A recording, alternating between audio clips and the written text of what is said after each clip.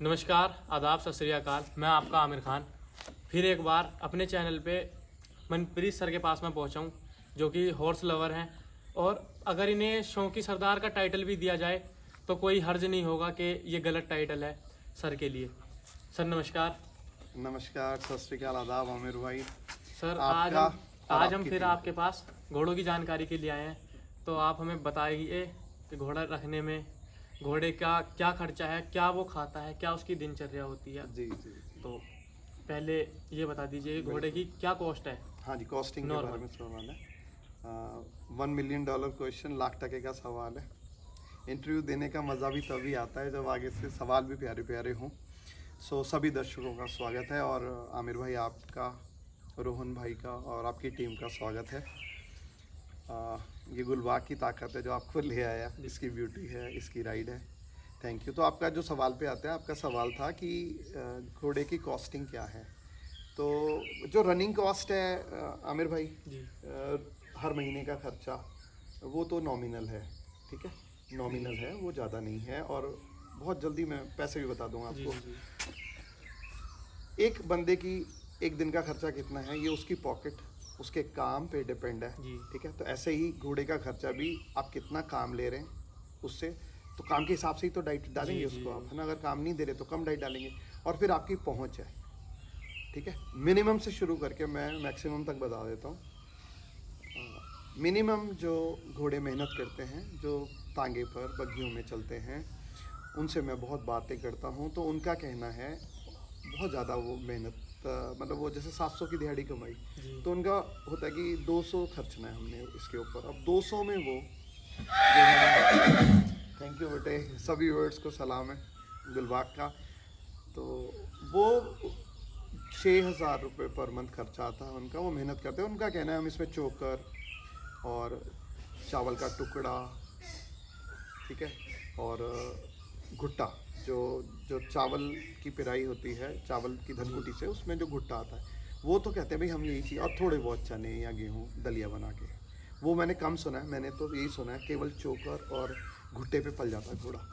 तो मेहनत कराते हैं तो 200 का पर डे डाल देते हैं, तो 6,000 खर्चा, ये मिनिमम खर्चा है जी, ठीक है। अब वो कहते हैं जब ऑफ सीज़न में बरसात है, जब हम भट्टे पे नहीं चलाते या कहीं नहीं चलाते, तो हम 100 रुपये का भी खिला दें इसे तो बहुत है।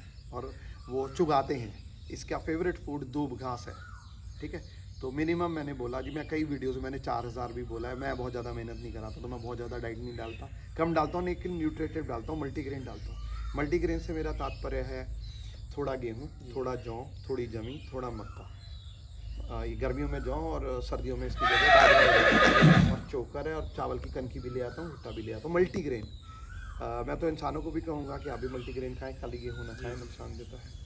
ये मिनिमम हो गया जी, 4 से 6,000 मिनिमम। और मैक्सिमम की भाई साहब कोई लिमिट नहीं है। आप बादाम खिला लो, मना नहीं करने इसमें, आप मूंगफली खिला लो, आप काजू खिला लो, मना इसने करना ही नहीं है जी, ठीक है। और फिर कॉस्टिंग ऐसे भी आती है कि अब जब मेरे घर का है, जौ है, जमी है, गेहूँ है, तो मुझे सस्ता पड़ गया ना जी। जी।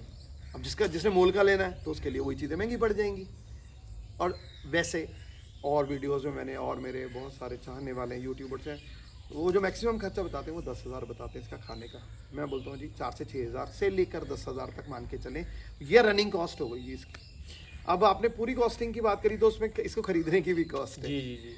खरीदने की कॉस्ट है, बड़ा कंट्रोवर्शियल क्वेश्चन है आमिर भाई, कि कितने में आप लेंगे घोड़ा, ठीक है। मुझसे लोग अक्सर ये सवाल पूछते हैं जी इसकी कीमत बताओ, कितने का होगा, कितने का होगा। आम कोई गाड़ी जा रहा हो, कोई नई गाड़ी है, तो लोगों का एक उत्सुकता होती है कि जी, कीमत जी। कितने वाली गाड़ी है, कितने वाली, तो लोग कितने का है घोड़ा। तो मैं इसको ये बताऊंगा जी, घोड़ा जो है कहाँ स्टेबल्ड है, किसके घर खड़ा है, ठीक है, और खरीदने वाला तय करता है घोड़ा कितने का है, ठीक है। अब उसने रुपए बाप के बाप मांग लिया और आपने भी दे दिए, ठीक है, ठीक है, उसकी कीमत उतनी हो गई, ठीक है। तो बाकी अगर जनरल कॉस्ट की बात करें, ये हाइट के हिसाब से जानवर, हाइट, चाल, खूबसूरती, नस्ल के हिसाब से, जैसे आजकल क्रेज़ मारवाड़ी का है तो वो महंगे हैं, नुकरे थोड़े से कीमत में कम है, नुकरों का क्रेज़ कम हुआ है। एक टाइम में था, नुकरों से पहले चंबों का क्रेज़ था, ठीक है। चंबे जिनका पेट सफ़ेद होता है, थोड़े थोड़े पैर सफ़ेद होते हैं, और काले होते हैं। एक टाइम उनका क्रेज़ था तो वो महंगे हुआ करते थे, फिर नुकरों का क्रेज़ है वो महंगे हुए। आजकल मारवाड़ी को ये माना जाता है ख़त्म होने जा रही है इंडिया में, नस्ल तो इसे बचा लो भाई, खूबसूरत हैं, कान जोड़ते हैं, हॉट ब्लड है, उनका क्रेज़ है और उनकी कीमत बहुत ज़्यादा है। ये तो नस्लों, अब जैसे सिंधी है जिसके कान खुले होते हैं तो वो चाल का बहुत धनी होता है, उसमें भी जो रेसे जीतता है, जो रेसे जीतता है घोड़ा, उसका दाम बहुत ऊपर तक चला था, 10-20-30 लाख तक भी घोड़े बिके, सिंधी घोड़े जिनके कान भी नहीं जुड़ते, लेकिन चाल के वो धनी, वो रेसें जीत रहे हैं, मालिक को पैसा जितवा रहे हैं। जी।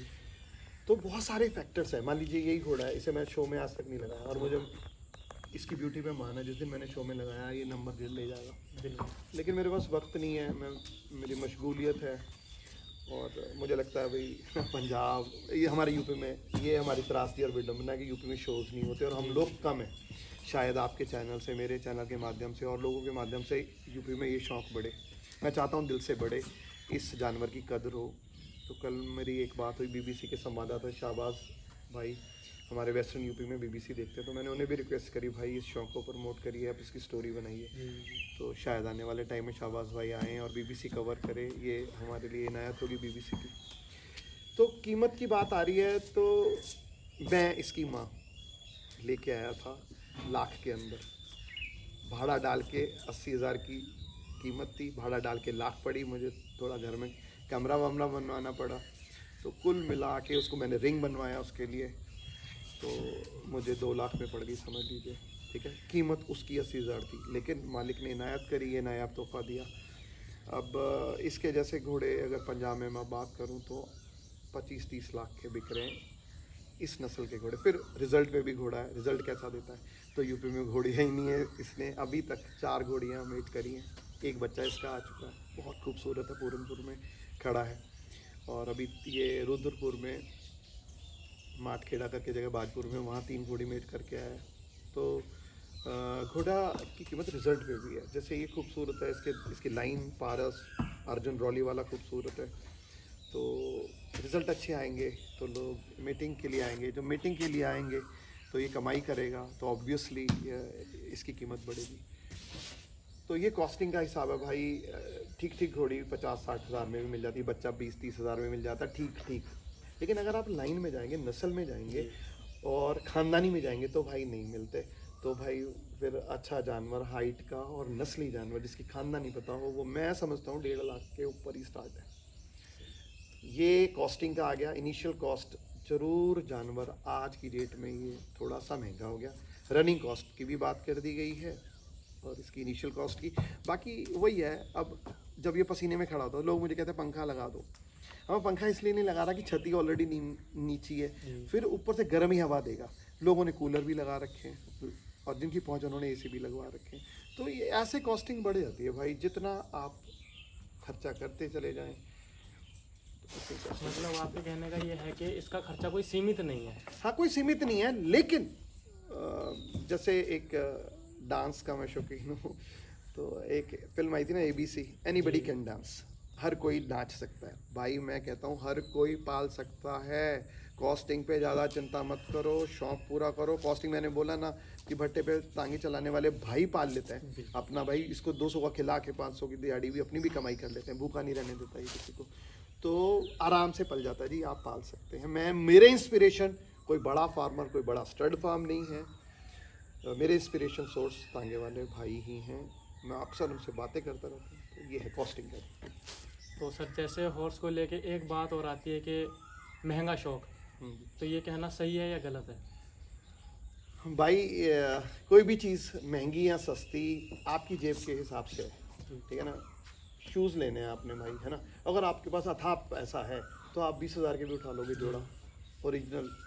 फर्स्ट कॉपी भी नहीं लोगे आप, सीधा ओरिजिनल लोगे। 15,000 का, 20,000 का आप उठाने में देने हो, आपके लिए वो महंगा नहीं है ना। और किसी के लिए भाई 1,000 रुपये का जूता भी महंगा है। तो महंगा सस्ता कुछ नहीं होता। वही मेरा जवाब तो पहले ही आ गया। जी। जब तांगे वाले भाई घोड़ा अफोर्ड कर सकते हैं, पाल सकते हैं, तो हर कोई पाल सकता है।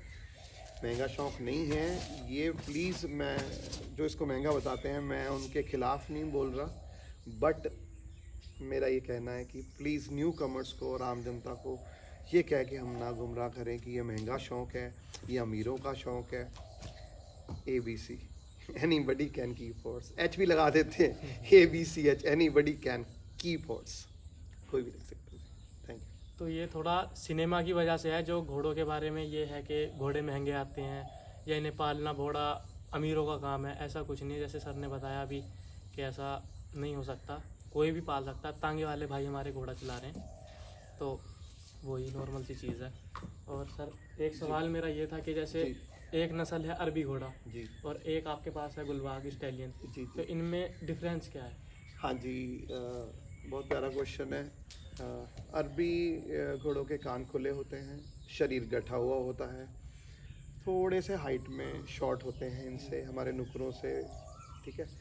और बड़ा हॉट होते हैं, बड़ी फुर्ती होती है उनमें। आप उनके वीडियोस देखिए तो वो तो खड़े, जैसे अभी खड़ा देख नज़र आ रहा है ना, वो खड़े नहीं होते जनाब, वो तो बस उड़ते हैं, नाचते हैं। उनके शोज़ देखिएगा आप, तो पूंछ उठा के आनंद में मौज में रहते हैं। ये भी मौज में रहते हैं, ये भी पूंछ उठा के दौड़ते खुश होते हैं, लेकिन थोड़े से हॉट होते हैं, उनमें फुर्ती ज़्यादा होती है। अब जो बहुत सारी नस्लें हैं इस पे, फ्रीजियन है और आपके थौरो हैं, सिंधी हैं, काठियावाड़ी हैं, मारवाड़ी हैं, ये हैं। तो बेसिक नेचर फ़र्क होते हैं सबके थोड़े थोड़े, और मौसम के, आबो हवा के हिसाब से, रीजन के हिसाब से अलग अलग हैं। जैसे जो सर्दियों के इलाकों के घोड़े हैं बर्फ़ के, तो उनके बाल बहुत होते हैं, है ना, थोड़े हैवी वेट हो जाते हैं। जैसे ठंड में, सर्दियों में हमारी खुद की सेहत बढ़ जाती है, वेट पुल, तो वो थोड़े हैवी बिल्ट होते हैं, ठीक है। ड्वार्फ हॉर्स होते हैं, वो लोड खींच सकते हैं बहुत ज़्यादा। और अगर आप फॉरेन की बात करें तो फॉरेन में जो शुरुआत है घोड़ों की, घोड़ों से हल खिंचवाए जाते थे और घोड़े 8-8 घोड़े जोड़ के हल ज़मीनें जोतते थे। बहुत पावरफुल एनिमल है।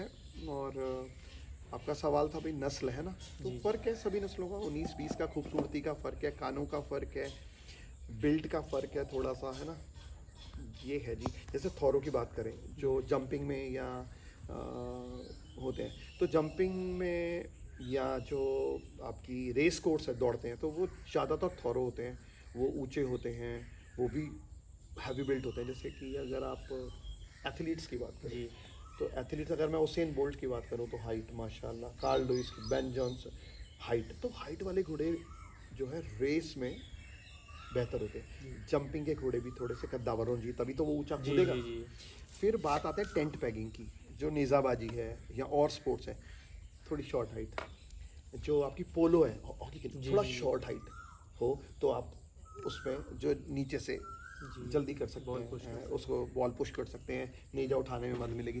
पाकिस्तान की बहुत प्यारी टीमें हैं नेज़ाबाजी की, लाहौर में टेंट पैगिंग बहुत होती है, हमारे पंजाब में निहंग सिंह बहुत करते हैं, किला उठना बोलते हैं पंजाब में। तो फिर अलग अलग स्पोर्ट के लिए, जैसे इंसानों का भी है अलग अलग स्पोर्ट के लिए, जैसे जिम्नास्टिक में चाइनीज़, जापानीज़, कोरियंस हैं, ठीक है। एथलेटिक्स में जमाइका, चाहे अमेरिका के हैं तो वो जमाइकन हैं, वहाँ जो रह रहे हैं अमेरिका में, नॉन रेजिडेंशियल, वो जीते हैं।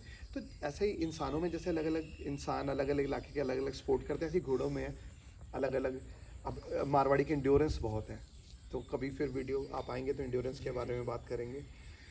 यहाँ मैं बस इतना कहना चाहता हूँ, नस्लों से हम थोड़ा स्पोर्ट्स की तरफ चले गए। मेरी दिली ख्वाहिश है कि मैं इससे स्पोर्ट करवाऊँ। ऑल्दो ये आप कहोगे कि ये नुकरा ये क्यों करेगा, कैसे करेगा, खूबसूरत है। जैसे खूबसूरत लोग उतने काम के होते नहीं, सॉरी माफ़ी, है ना, कोई नाराज़ ना हो जाए। आमिर भाई जैसे लोग, आमिर भाई से कल बात हुई थी तो आपने बोला कि मैं सुबह उठ के बहुत मेहनत करता हूँ, उसके बाद मैं फिर आऊँगा। साहब खुशी हुई आप मेहनत करते हैं, है ना। मैं भी अगर आज सुबह हम बैठे हैं, अभी मैं समझता हूँ टाइम होगा कोई 7:30 पौने 8 का, तो 10 से 12 किलोमीटर की राइड हो गई है और उसके बाद हम बैठे हैं। तो जो अगर आपने शौक़ पूरा करना, अंधेरे उठना पड़ेगा आपको, मेहनत करिए ताकि आपका डेली रूटीन ख़त्म ना हो, ख़राब ना हो। मैं इसको स्पोर्ट्स में डालना चाहता हूँ। तो स्पोर्ट में वही, अगर मैंने जंपिंग में डाला तो जंपिंग वाले टेंट पैगिंग नहीं करते, वो फिर जंपिंग है। जो टेंट पैगिंग करते हैं वो जब पट्टी पे खड़ा होता है, जब वो उसे मालूम है अब ये सीधा दौड़ा गैलप करा के मुझे इसने वो किला उखाड़ना है, तो फिर वो बस उसको पता चल जाता है कि अब वहाँ छूटना है मैंने, वो फिर कूदेगा नहीं। उसमें भी फिर अलग अलग घोड़ा अलग अलग स्पोर्ट्स करता है। तो मेरी दिली ख्वाहिश है मैं इससे टेंट पैगिंग शुरू करूँ। अभी तो देखिए टाइम लग रहा है, 5 साल का हो गया, अभी तो मैं इसे प्रॉपर ट्रॉट कैंटर ही सिखा पाया हूँ। गैलप कर लेता ही है, आज आपके वीडियोस में भाई डालेंगे, गैलप भी करिए इसने, कैंटर भी करिए, ट्रॉट भी करिए। 4 चालें होती हैं जिसकी वॉक, ट्रॉट, कैंटर, गैलप। तो जो किला उखाड़ना होता है वो गैलप में उखाड़ना होता है, उसमें मार्क्स होते हैं कि आपने कितने टाइम में उतने मीटर का स्प्रिंट किया, टाइम भी नोट होता है और किला भी, वो टेंट भी उखाड़ना होता है। तो मेरा मानना है इसको स्पोर्ट्स में डालने का, आप सब दुआएं करें। स्पोर्ट्स में अगर ये घोड़े डालेंगे तो इनकी वक़्त और कीमत बढ़ेगी और यूथ इंटरेस्ट लेगा। अदरवाइज़ ठीक है, राइड है, स्पोर्ट्स में भी लेना चाहिए हमें। सर जी। जैसे आप 5 साल से इसे पाल रहे हैं, जी। तो आपने पहले इसके बारे में जानकारी ली, आपने कहीं पे सीखा, वो भी हमारे दर्शकों को बताइए। हाँ जी, हाँ जी, हाँ जी। बड़ा ही फिर अगेन प्यारा सवाल है आपका, मज़ा आ रहा आपसे बात करने में आमिर भाई। टू बी वेरी ऑनेस्ट, मेरे ख़ानदान में कभी किसी ने घोड़े नहीं लगे। ऑल्दो हमारे डीएनए में मेरा जो सब टाइटल है मेरे नाम का, मेरे जो लास्ट नेम वो संधू है, तो हमारे कभी पुश्तैनी हमारे ख़ानदानों में रहे हैं घोड़े। और 6वें पातशाह जो हमारे 6वें गुरु थे, गुरु हरगोबिंद सिंह साहब, जिन्होंने हमें ये विरासत में दिया है ये शौक़, उन्होंने कहा कि जंगी बनिए, मार्शल आर्ट सीखिए, हथियार चलाने सीखिए, घोड़े रखिए आप। तो उन्होंने शुरुआत करी है हमारे कम्युनिटी में इस जानवर की, क्या आप रखिए, है ना। मैंने सीखा कहाँ से सवाल था कि तो मेरे ख़ानदान में कोई नहीं थे। मैंने एक बार आज से 10 साल पहले दादाजी को फरमाइश करी थी, तो उन्होंने मना कर दिया और बड़ी तगड़ी कहावत सुनाई कि मੱਝ ਵੇਚ के घोड़ी लई, दुध पीनो गए, लिद सिटनी पई। कि भैंस बेचोगे, घोड़ी लोगे, दूध पीने से जाओगे और लीद फेंकनी पड़ेगी। भैया मैं ठुस हवा निकल गई मेरी। मैंने कहा दादाजी तो बड़े खिलाफ हैं इस चीज़ के। तो ठीक है, ये रहा। लेकिन फिर क्या था कि शौक़ मेरा टीवी से देख के शुरू हुआ। जैसे आपने बात करी धर्मेंद्र और अमिताभ बच्चन को देखते थे। नॉलेज इसको रखने की, भाई जिस दिन से यूट्यूब शुरू हुआ ना, तो कुछ दिन तो मुझे पता ही नहीं चला कि ये इस तरीके से एंड्रॉयड फ़ोन और ये सब, मेरे पास एंड्रॉयड फ़ोन था नहीं। तो जब एंड्रॉयड फ़ोन आए तो पता चला। क्लास में मैं बच्चों को पढ़ाता था, तो बच्चे नाम लेते थे, मैं पूछा था क्या कैसे, बच्चे बोलते एप्लीकेशन सर, उसमें वीडियोज़। तो जब मैंने ले लिया एंड्रॉयड फ़ोन, मैं यूट्यूब शुरू कर दिया। भाई आप यकीन करके जानिएगा, पर डे मेरा एवरेज 1 आवर to 1.5 आवर आता है। अगर मेरी मशगूलियत है, मैं बिज़ी हूँ तो कम देखता हूँ। तो आप समझ लीजिए यूट्यूब का जितना उम्र है उतने मेरे उस्ताद हैं। और सबसे सीखा भाई यूट्यूबर्स, और सबको गुरु बनाया। ठीक है, जिन्होंने मुझे घोड़ी दी वो तो गुरु हैं ही हैं। सुखमंदर सिंह गिल साहब, अजैब सिंह गिल साहब, पुल्लेवाल गांव है मोगा के पास, फेसबुक से पसंद करके घोड़ी ली और बहुत प्यार से घोड़ी दी, दिल से घोड़ी दी, और आज वफा भी कर रहा है जानवर। कोई ठगी नहीं, कोई बिचौलिया नहीं, ऋणी उनका, कर्जदार उनका, उनको गुरु मानता हूँ। और बाकी जितना यूट्यूब वर्ल्ड है, अगर मैं बात करूँ, दिनेश जैन साहब, भावना मैम, मनु भाई, सुखमंदर भाई, बेअंत तुलेवाल, हमारे सुमित कटियार साहब, संजीव गुप्ता जी, जिनको स्टार्टिंग जिन्होंने करी यूट्यूब पर घोड़ों की, और गैरी गिल साहब, तमाम लोग यूट्यूब पर सबसे भाई सीखा है और सबसे सीखा है। और बड़ी हैरानगी होती है कि कैसे यूट्यूब से कोई कहेगा यार यूट्यूब व्हाट्सएप यूनिवर्सिटी से तुम कैसे कर सकते हो ये काम। आपके सामने है जनाब, आपके सामने है। ठीक है, मैं नहीं कहता मेरे से गलतियाँ नहीं, गलतियाँ होती हैं, सुधारी जाती हैं। और फ़ॉरेन के यूट्यूबर्स से मैं बहुत सीखता हूँ कि आप यकीन करिएगा आमिर भाई, मैंने कोई उस्ताद नहीं बुलाया इसको चाल में डलवाने के लिए। इस पर जिस दिन पहले दिन काठी डाली, जी, कोल्ड ड्रिंक बना लिया था, खुद ही काठी डाली और पहले पुतले बिठाए इसके ऊपर, वजन रख के फिर राइट शूज। आज तक सवार नहीं बुलाया है। हाँ, मैं ये कहूँगा कि इसे रेवल नहीं आती। रेवल सिखाने के लिए प्रॉपर सवार आना चाहिए। रेवल होती है वो चाल भाई जिसमें सवार हिलता नहीं और पानी की तरह बैठा रहता और घोड़ा इधर वाले दो इधर वाले दो जी, वो नहीं मैंने सिखाई। कहीं ना कहीं उसका क्रिटिक भी है कि वो मारपीट के सिखाई जाती है और घोड़े के अपने हड्डियों और पैरों के लिए वो सही नहीं होती। जो उसकी नेचुरल चालें हैं वो इसके लिए सही हैं। तो बस सवाल था आपका कि किससे सीखा, तो भाइयों यूट्यूब यूनिवर्सिटी से सीखा है। Thank you. और जैसे सर ने भी बोला कि यूट्यूब यूनिवर्सिटी से सीख के आ गया, व्हाट्सएप यूनिवर्सिटी से सीख के आ गया, तो ये आज के टाइम में कोई वो बड़ी बात नहीं है।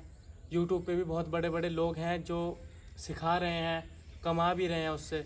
और सर ने कुछ नॉलेज वहाँ से ली, कुछ यूट्यूब से ली, फेसबुक से घोड़ा ख़रीदा। तो मैं ये मानता हूँ कि सर आप बहुत अच्छा काम कर रहे हैं। थैंक यू, शुक्रिया। मैं चाहता हूँ कि इस वर्ड में और लोग आएँ। और ये सहायक धंधा है, खेती के साथ हो सकता है। अगर आप खेती कर रहे हैं और अगर आप दूध मोल ले रहे हैं तो ये तो पाप कर रहे हैं ना फिर। जी बिल्कुल। घर के जानवर होने चाहिए ना आपके। मैंने तो ऐसे लोग देखे हैं कि शहरों में रह के भी वो उन्हें शौक़ है तो उन्होंने एक गाय एक कमरे में रखी हुई है और वो दूध अपना घर का है। शहर में लोग गाय पाल सकते हैं।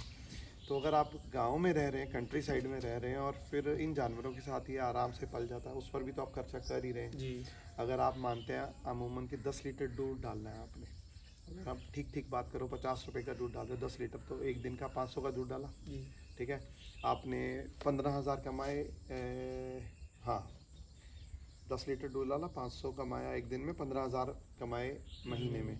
तो आमिर भाई मेरा आपसे सवाल है कि 15,000 कमाने के लिए उस जानवर को खिलाओगे कितना? कम से कम 5,000 का तो खिलाएंगे सर। ऑब्वियसली 1/3 आप उस पर भी खर्च होगी। जब आप एक गाय भैंस पर 5,000 कमा के 10,000 5,000 लगा के 10,000 कमा सकते हैं, तो same is with this animal. आप इसे रखिए जानवरों की तरह, इसका ऑलमोस्ट मिलता जुलता खाना है, वो फिर आगे वीडियो में बता दिया जाएगा क्या फ़र्क है। इस पर इसे भी आप 4-5 हज़ार का खिलाएं। अब बात आती है कमाई की। इससे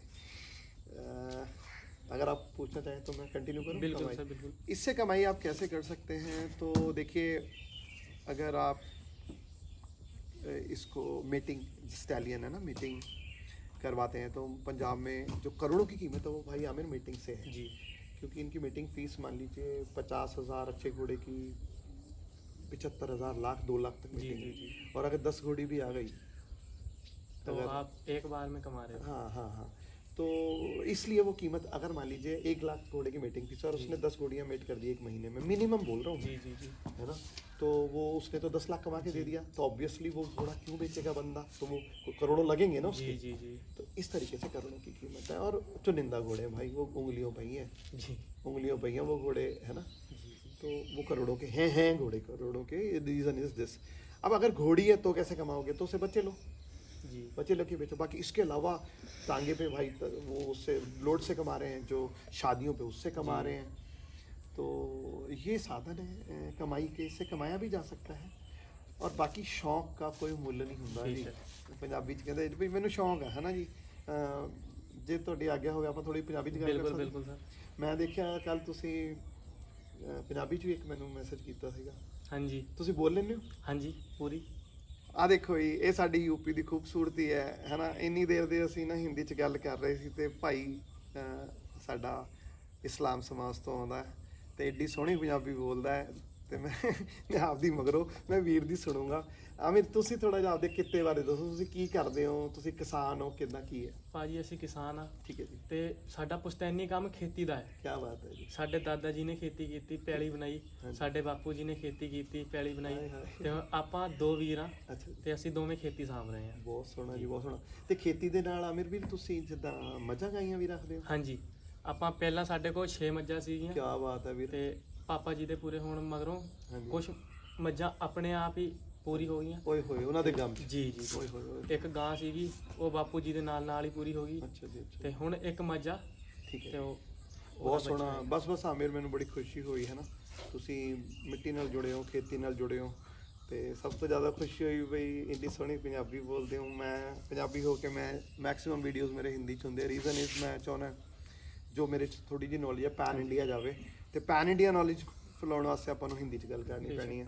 ਬਟ ਆਪਾਂ ਇੰਨੀ ਗੱਲ ਤੁਸੀਂ ਪੰਜਾਬੀ 'ਚ ਕੀਤੀ, ਮੈਨੂੰ ਬੜਾ ਮੋਹ ਆਇਆ ਤੁਹਾਡਾ। ਮਹਾਰਾਜ ਤੁਹਾਨੂੰ ਤਰੱਕੀਆਂ ਬਖਸ਼ੇ। ਸੋ ਬਿਲਕੁਲ ਤੁਸੀਂ ਉਹਦੇ ਨਾਲ ਇੱਕ ਘੋੜਾ ਜਾਨਵਰ ਰੱਖ ਸਕਦੇ ਹੋ ਤੇ ਆਪ ਦਾ ਸ਼ੌਕ ਪੂਰਾ ਕਰ ਸਕਦੇ ਹੋ।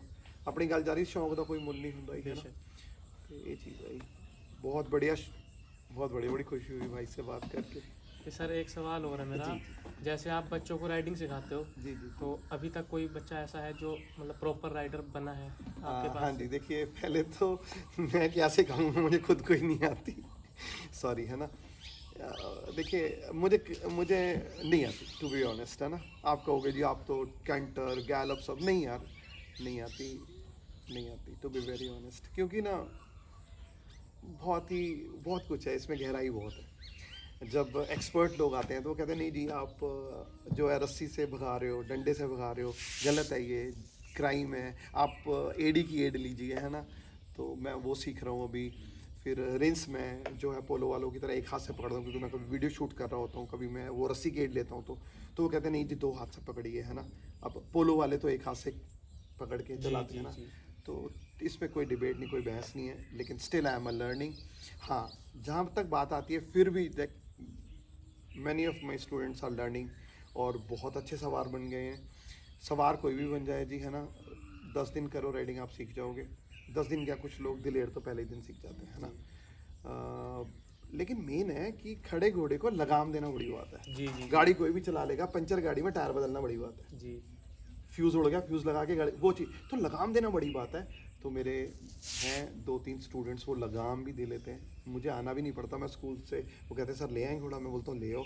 वो आते हैं घर, खुद लगाम लगा के 64+ इंच के घोड़े को स्कूल में लेके जाना is a great thing, salute है।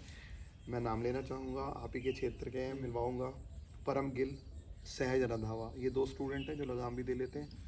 और दिलजीत और अनंत भी कोशिश कर रहे हैं, वो आपके जामुनवाला से हैं और केरीपुर से हैं, वो कोशिश कर रहे हैं, वो भी सीख जाएंगे बहुत जल्दी। तो दिलेरी चाहिए और कुछ नहीं है। और राइडर, बहुत अच्छे राइडर, गैलप कैंटर बहुत सारे स्टूडेंट्स मेरे कर लेते हैं।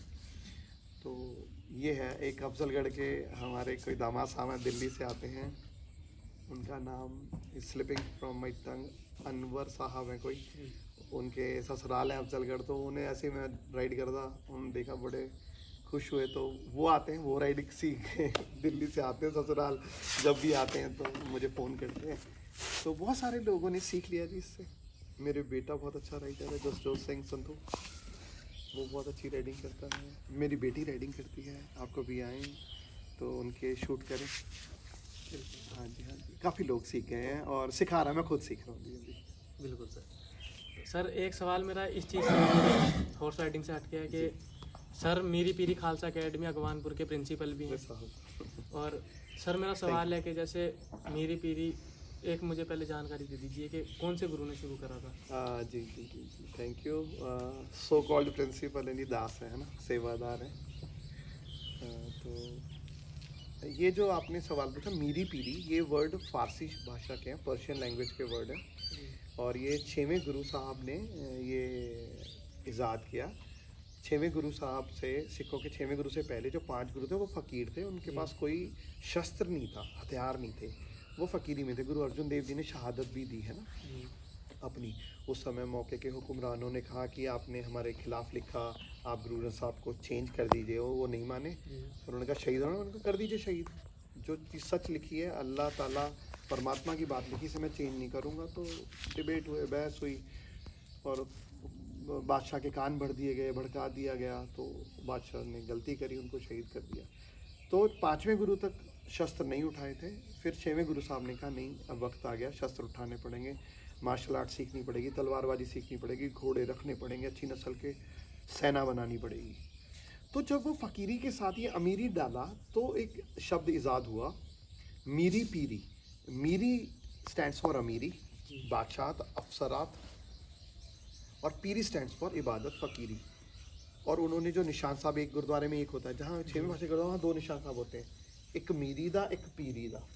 तो जब भी मेरे स्कूल, हमारे विद्यालय में, है ना, हम मुलाजिम में सेवा निभा रहे हैं, और इसके पीछे हमारे मेंटर बाबा संत अनूप सिंह वीर जी की गाइडेंस और प्रेरणा है। तो मेरा ये कहना होता है कि जो हमारे स्कूल में बच्चा पढ़ेगा, इसमें दाखिला लेगा, हम मेहनत करके उसको ऑफिसर, IAS, UPSC क्रैक करवाने की कुव्वत रखते हैं। बच्चा मेहनत करेगा, इंग्लिश मीडियम स्कूल है, और इसके अलावा उसे इबादत से भी जोड़ना है। और सभी मज़हबों के बच्चे हैं हमारे स्कूल में, हिंदू भी हैं, अफजलगढ़ से बहुत सारे एडमिशन्स आ रहे हैं। अभी मैं नया ही हूँ यहाँ आए हुए, मुझे 2 साल हुए, मेरा 3rd सेशन है ये।